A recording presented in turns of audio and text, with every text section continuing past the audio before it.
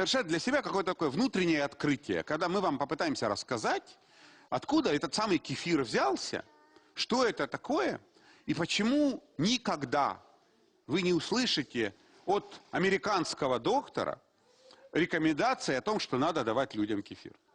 Вот для нас всех слово кефир, оно совершенно обычное, да?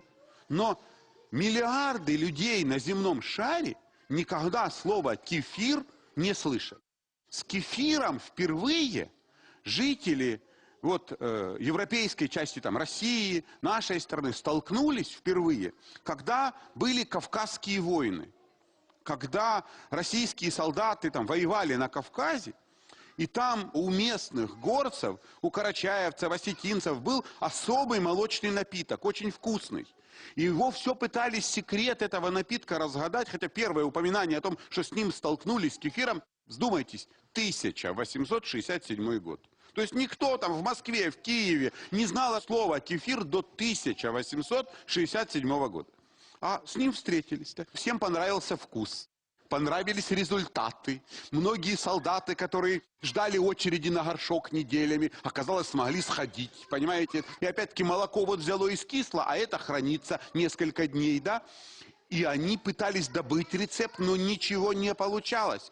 Им продавали кефир, но рецепт не давали. И однажды, в 1908 году, одну девушку, звали ее Ирина Сахарова, послали на Кавказ в командировку вместе с управляющим одного из молочных заводов добыть рецепт этого кефира.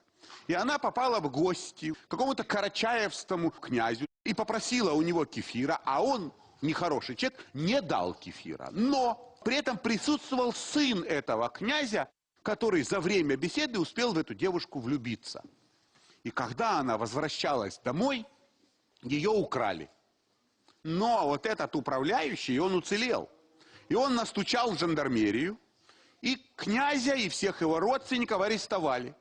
И когда был суд, то девушка в качестве компенсации потребовала рецепт кефира и сам кефирный грибок. И в 1908 году кефирный грибок приехал в Москву, в Боткинскую больницу. И с того времени кефир производится миллионами тонн. Все знают, что это такое, все экспериментируют. Когда я закончил мединститут, детская больница не могла себе представить жизнь без кефира, понимаете, да? И, естественно, всегда была целая наука, как его приготовить, как хранить кефирный грибок, что это такое. Был однодневный, двухдневный, трехдневный кефир.